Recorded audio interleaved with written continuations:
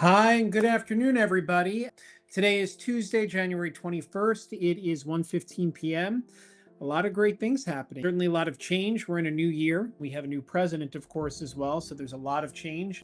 And we'll leave it for everybody else to make comments and decide on the benefits or detriments of that. But nevertheless, we are also involved with a certain lawsuit that has caught the attention of much media, much press, and that is the Blake Lively and Justin Baldoni lawsuits. So interestingly enough, this is not a very straightforward, direct, one and out lawsuit where one party's suing another and maybe there's some counterclaims.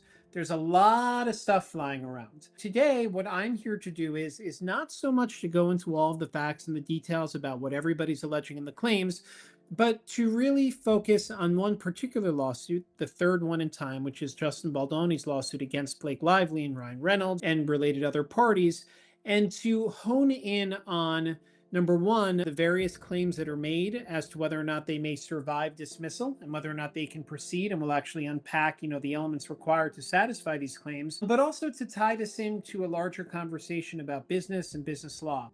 Because believe it or not, while it's true claims for defamation are a First Amendment issue, everything overlaps because whenever you enter into a contract or an agreement, you're always agreeing to do something, which, by the way, might actually limit your rights that you otherwise would have.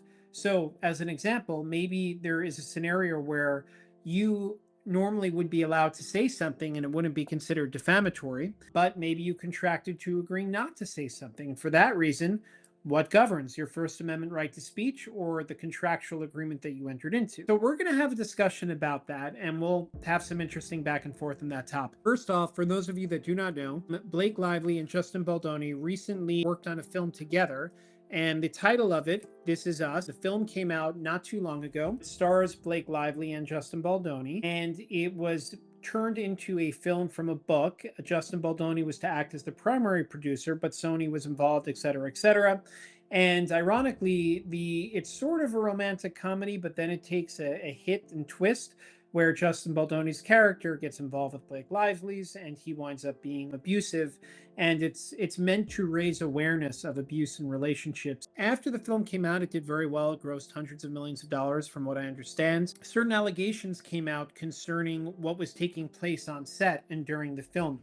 Now, Blake Lively is the first one to take public concerns, and what she wound up doing was she filed in California in December of 2024 a claim against Baldoni alleging sexual harassment and issues concerning working conditions.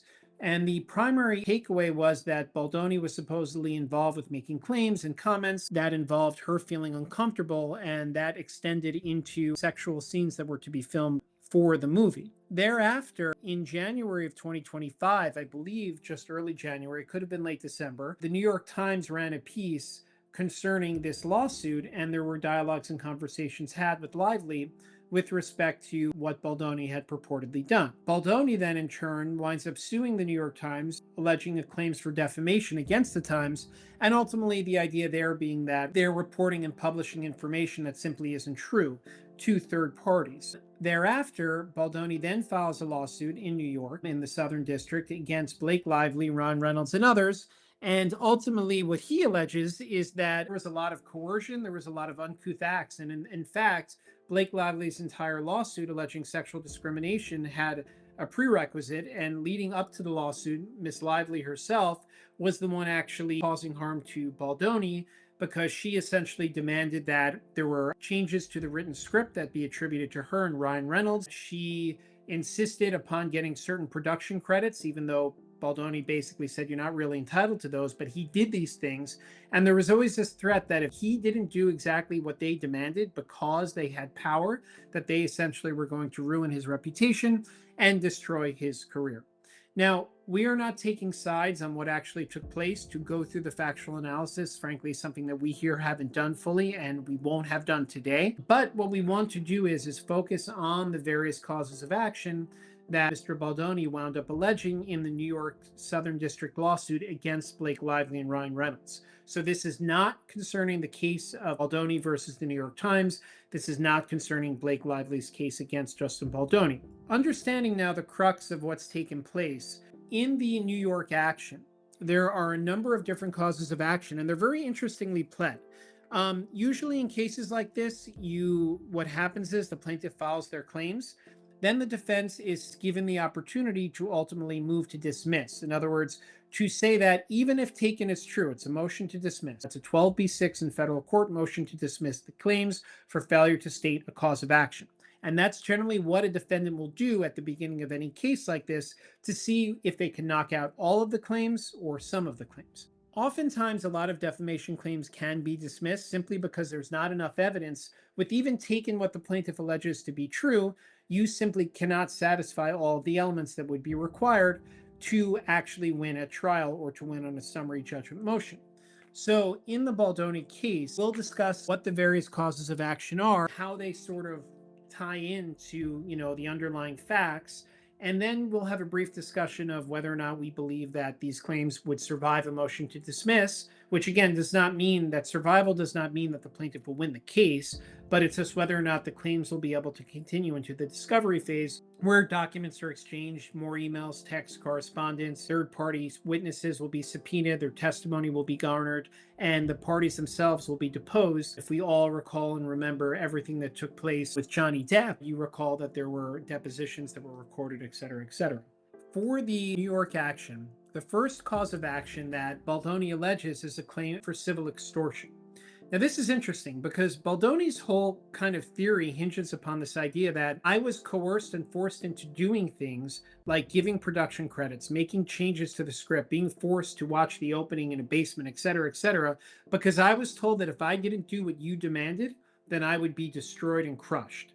Now, the Lively team has a document where there's about 17 points where it rises to 17 pages, where Baldoni's signing off and acknowledging all the wrongdoing purportedly that he had done and the changes that he was going to allow to be made on the set. And Lively has used this to prove that there was sexual harassment taking place. Baldoni's position on that is that this was all part of a coerced nature. He was forced even into signing that document. He was coerced into it. So in New York, it's important to say that there is no civil claim for extortion. You do not have a right as a civil plaintiff to come into court in New York and allege extortion.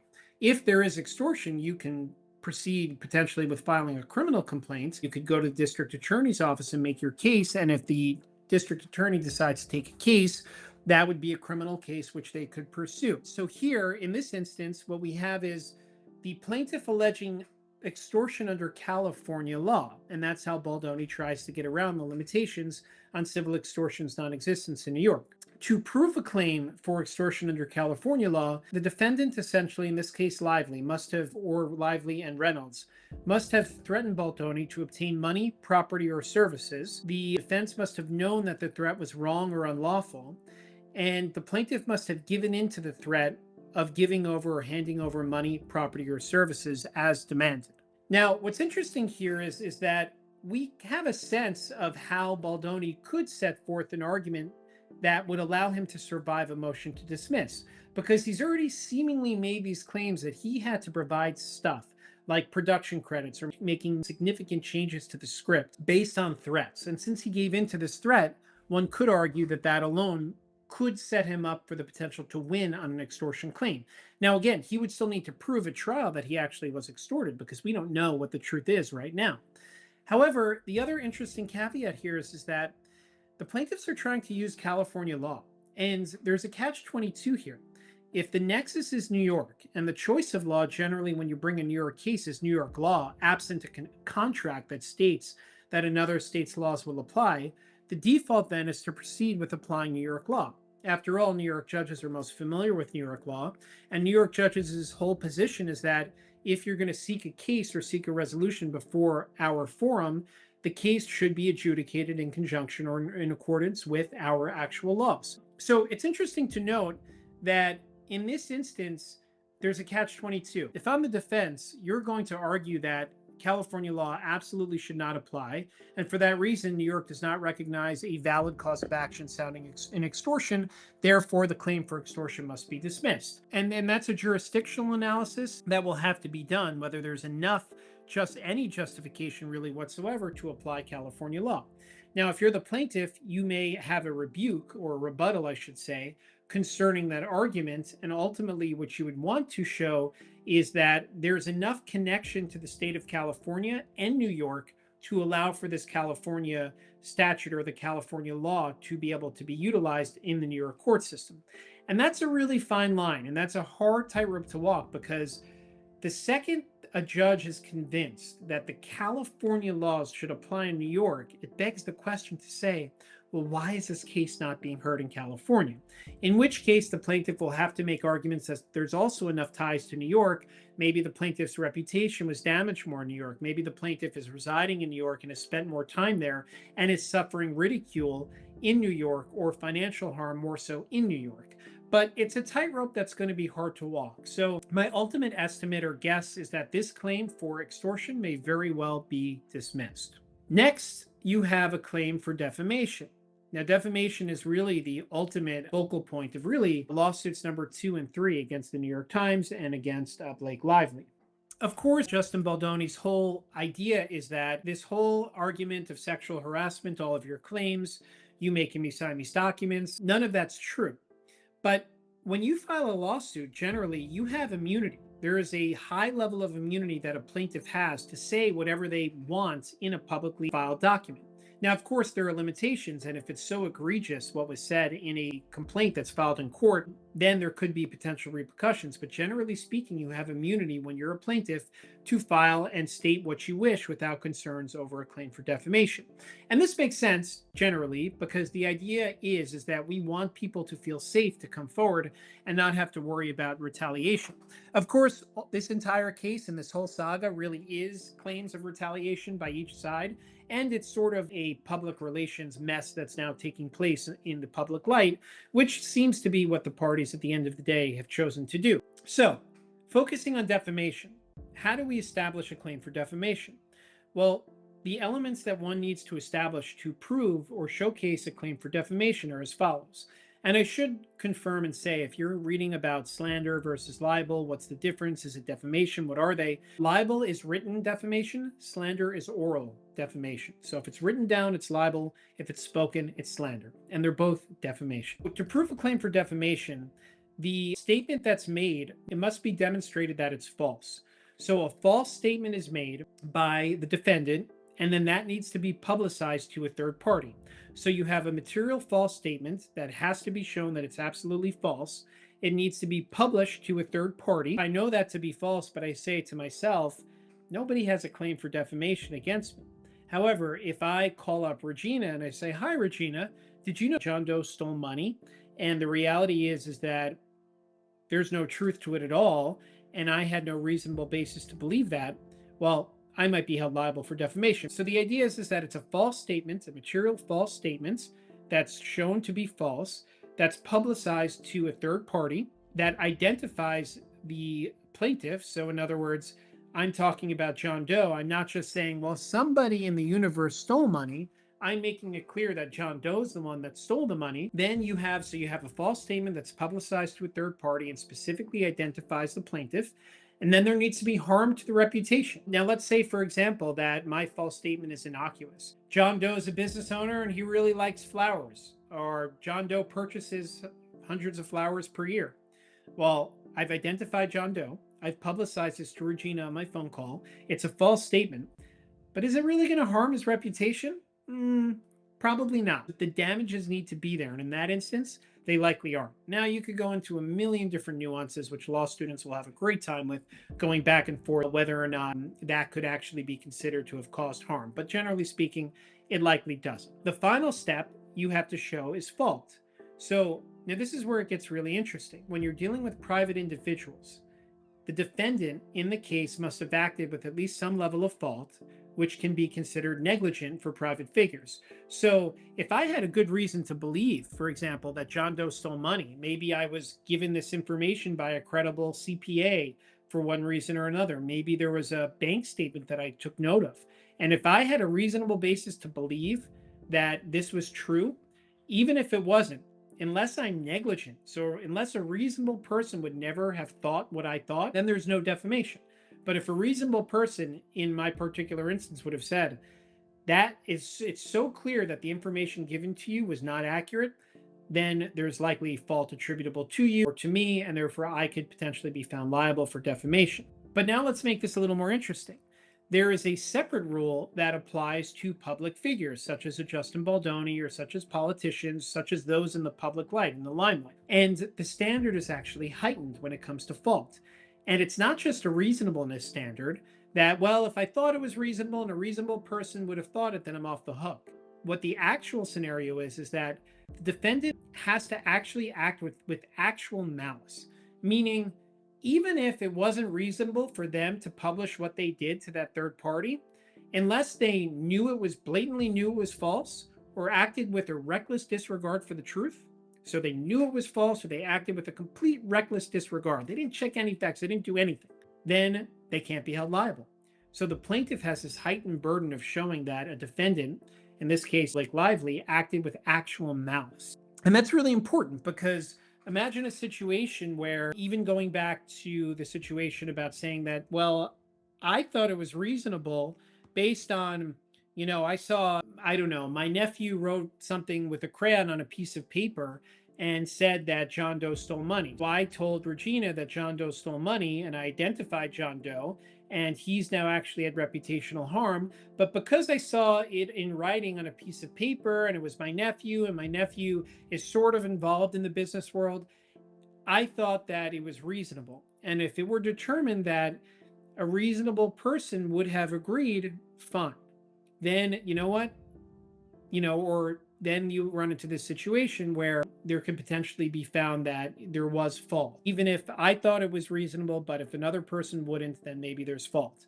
But in the scenario, if this is a public figure, I'm probably not going to be found liable because I have to absolutely know, for the most part, that the claim is false for me to be found liable. Now, if I act completely recklessly, then I can be found liable too.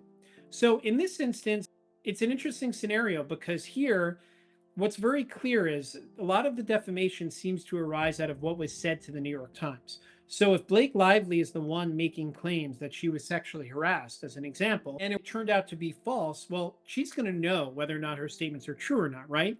So the idea is that intent, whether or not it's true or false, she clearly would know. And because she clearly would know, there is a chance that she could be found liable for defamation, even with the heightened increased actual malice standard in this situation, because she's going to be clearly the one to either know whether or not the claim is false or not. So she would be acting intentionally if she knew she was never sexually harassed, but she claimed that she was. We don't know what's going to happen there.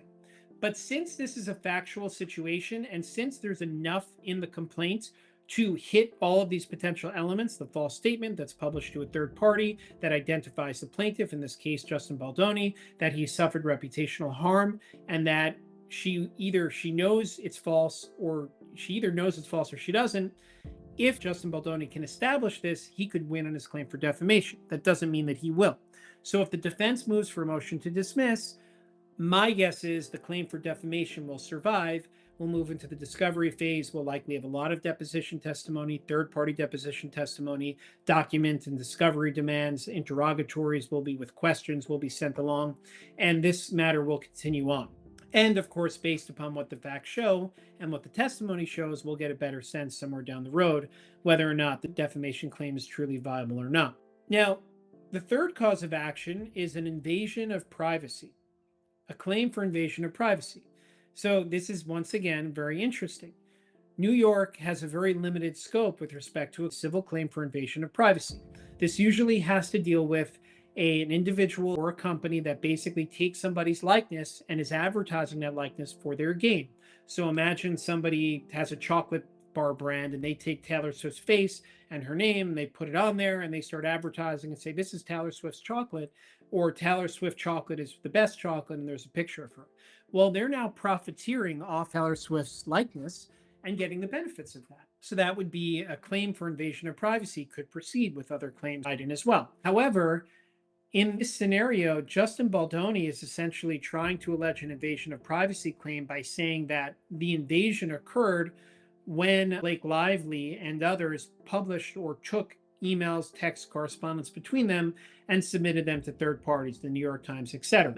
That doesn't fly in New York. However, once again, the plaintiffs have tried to utilize this California constitutional protection of invasion of privacy and insert it into the New York case. So the same analysis is going to happen. Which forms law should apply? If we're in New York, there's a heavy burden to suggest that the New York law should apply, not the California law. If the New York law does apply, this claim will be dismissed. If the California law, if it was potent enough that it could survive and stay here, then there's a chance that it could survive. Moving on from there, the rest of the claims are a bit interesting because it seems like they're more oriented with what must be California claims. So, for example, we see claims sounding in negligent interference with contractual relations and intentional interference with economic advantage, et cetera, et cetera. New York courts also don't recognize claims that are stylized like this, but what they're essentially alleging is a tortious interference with contract. And through that lens, it looks like Justin Baldoni is saying that, I believe in this case, it was Blake Lively's husband, Ryan Reynolds.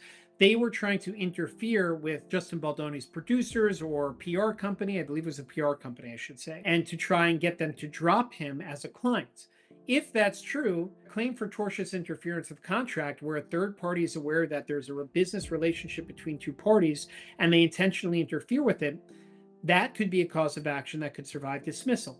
The way that this is pled right now, I don't think survives, but I do believe that the courts ultimately will grant the plaintiff an opportunity to re-allege or to restyle the way that these claims are being set forth. Hopefully now you have a bit of a better idea of what it is that Baldoni is trying to allege and claim in the New York courts, and a better idea of what might survive a motion to dismiss and what might not. Keep in mind, surviving a motion to dismiss is not, there's no culpability there. It does not attribute any guilt. All that does is allow the case to continue onto the discovery phase. Now, let's apply this to a business law situation because there's some overlaps that I think would apply specifically with the work that we do. And of course, we deal with defamation and claims arising out of defamation, but oftentimes our contracts and agreements also are strictly on point with this topic. So as an example, when we're entering into agreements, whether it's an employer and an employee relationship, whether it's a third party vendor who is agreeing to perform services, often you'll have a contract. And in those contracts, or even if it's a settlement agreement after a dispute, you're going to have a set of provisions in any arrangement and agreements that actually touch upon some of these things. So for example, Justin Baldoni in this instance has alleged an invasion of privacy. He is claiming that his private correspondence with Blake Lively or correspondence concerning the film were disclosed to third parties. Now, what would be a way to avoid an outcome like that? You have two businesses, you have an arrangement, one party is going to be communicating with a lot of sensitive and confidential information. What you do is, as part of any agreement, you make sure that there is a confidentiality clause or a non-disclosure provision. Further, you could also make clear that all trade secrets or anything that has to do with the core of the business, so think in the Baldoni case, the core of what they're discussing, the production of the film, that all is considered some sort of secret or is subject to confidentiality. That would be a way to have leverage when somebody is considering disclosing information, they're going to think twice about it. Well, great. What else could you do? We're dealing with a scenario where a lot of bad things were said, right? A lot of information was disclosed publicly that was negative and, in fact, potentially arises to defamation if it can be shown that information relayed harmed everybody's reputation. We'll see if truly that's what has taken place. Notwithstanding that, oftentimes in agreements that we're involved with, we deal with non-disparagement provisions. Non-disparagement provisions are strict clauses in a contract that make clear that one party cannot speak poorly or publicize anything negative about the other party. So a non-disparagement clause is actually more restrictive than a claim for defamation, because defamation is focused on whether or not false statements were made that weren't true. And remember, in a defamation case, you have defenses. You can have a defense of truth. That's a defense. So in other words, you may be saying that I iterated this false statement of material fact, but guess what? It wasn't false. It was true. So that's number one. And number two, beyond that, you can also say that, well, I wasn't making a statement of fact. It was an opinion. So if I say that Joe Smith has a big head, well, and then Joe Smith loses a lot of business because people think it's hilarious and a meme goes around online, guess what? That's not defamatory because, well, I take that back. Let me put it through another lens. I think that he's got a big ego, right? Or he has a big ego, and that's the problem I have with him. That's your opinion that he's got a big ego. So that would be a defense to one of these claims. But when you're dealing with a disparagement clause, it can be very restrictive, such that if I even published anything that was detrimental or sounded negative or disparaging concerning the other party to the agreement, I could be held liable for violating the agreement. So we've touched upon a confidentiality clause. We've touched upon a non-disparagement provision, which you'll see in many settlements. You'll also see that in many employment agreements and many agreements between different parties. Now let's make it a little more interesting. You could say, okay, well, what would my rights and remedies be if there's a violation of this confidentiality or if there's a violation of the non-disparagement? Because guess what? Somebody could still do it. And then let's say we sue. What would our relief be? Well, that's true. Somebody could still do it, even if it's contracted to, even if you've reached a contractual arrangement.